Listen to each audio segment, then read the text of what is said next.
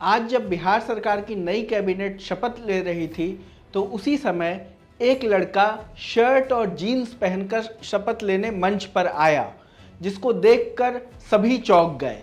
सबसे बड़ा सवाल था ये लड़का कौन है, और इस वीडियो में हम आपको बताएंगे उसी लड़के के बारे में। बिहार के मुख्यमंत्री नीतीश कुमार की नई सरकार में राष्ट्रीय लोक मोर्चा के प्रमुख उपेंद्र कुशवाहा के कोटे से उनके बेटे दीपक प्रकाश को मंत्री बनाया गया है। आरएलएम ने विधानसभा में 4 सीटें जीती हैं। दीपक प्रकाश फिलहाल किसी सदन के सदस्य नहीं हैं, उन्हें विधान पार्षद बनाया जा सकता है। दरअसल चुनाव से पहले एनडीए में सीट शेयरिंग को लेकर काफी विवाद हुआ था। केंद्रीय मंत्रियों और खुद अमित शाह के दखल देने के बाद एनडीए में सीट शेयरिंग पर सहमति बनी थी। बंटवारे में बीजेपी और जेडीयू को 101 सीटें मिली थी। चिराग पासवान की पार्टी एलजेपी-आर को 27 सीटें मिली थी। इसके अलावा जीतन राम मांझी की पार्टी हम और उपेंद्र कुशवाहा की पार्टी रालोमो को 6 सीटें मिली थी। उपेंद्र कुशवाहा 6 सीटों के लिए तैयार नहीं थे, वह 15 से ज़्यादा सीटों की मांग कर रहे थे, लेकिन एनडीए इसके लिए तैयार नहीं था। तब गृह मंत्री अमित शाह ने उपेंद्र कुशवाहा को 6 सीटों के साथ एक एमएलसी पद भी ऑफर किया था। इस ऑफर के बाद उपेंद्र कुशवाहा राजी हुए थे।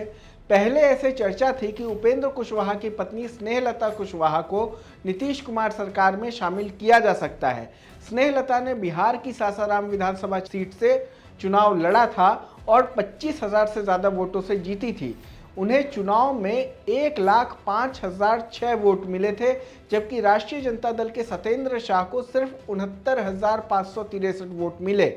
इस लिहाज से महज 4 विधायकों वाली पार्टी के मुखिया होते हुए भी उपेंद्र कुशवाहा बिहार के सबसे बड़े सिकंदर बनकर उभरे हैं, क्योंकि पत्नी विधायक बन चुकी है, बेटे को नीतीश के मंत्रिमंडल में जगह मिल गई, जबकि उपेंद्र कुशवाहा खुद राज्यसभा एमपी हैं। इंजीनियरिंग की पढ़ाई करने वाले दीपक मूल रूप से महनार प्रखंड की नारायणपुर डेढ़पुरा पंचायत के जावज गांव के निवासी हैं। दीपक प्रकाश का जन्म 22 अक्टूबर 1989 को हुआ। उनकी प्रारंभिक शिक्षा पटना में हुई, जहां उन्होंने वर्ष 2005 में आईसीएसई बोर्ड से 10वीं और वर्ष 2007 में सीबीएसई बोर्ड से 12वीं की परीक्षा उत्तीर्ण की। इसके बाद उन्होंने एमआरटी मणिपाल से कंप्यूटर साइंस में बीटेक 2011 में पूरा किया। तकनीकी क्षेत्र से आने वाले दीपक ने वर्ष 2011 से 2013 तक सॉफ्टवेयर इंजीनियर के रूप में काम किया। बाद में वे स्वयं के व्यवसाय से जुड़ गए। राजनीति में उनकी सक्रिय भूमिका साल 2019 से 20 के आसपास शुरू हुई, जब उन्होंने अपने पिता उपेंद्र कुशवाहा के संगठनात्मक और राजनीतिक कामों में हिस्सा लेना शुरू किया। पार्टी की नीतियों, युवाओं के मुद्दे और सामाजिक न्याय की सोच के साथ वे जल्द ही राजनीतिक दायरे में सक्रिय हो गए। दीपक एक ऐसे परिवार से आते हैं जिसकी राजनीति और सामाजिक क्षेत्र में मजबूत पकड़ रही है। उनके दादा स्वर्गीय मुनेश्वर सिंह प्रसिद्ध समाजसेवी और कारोबारी थे। जंदाहा के अरनिया स्थित समता कॉलेज की स्थापना में उनका अहम योगदान रहा, जिसके सम्मान में इस विश्वविद्यालय का नाम बाद में मुनेश्वर सिंह मुनेश्वरी समता महाविद्यालय कर दिया गया।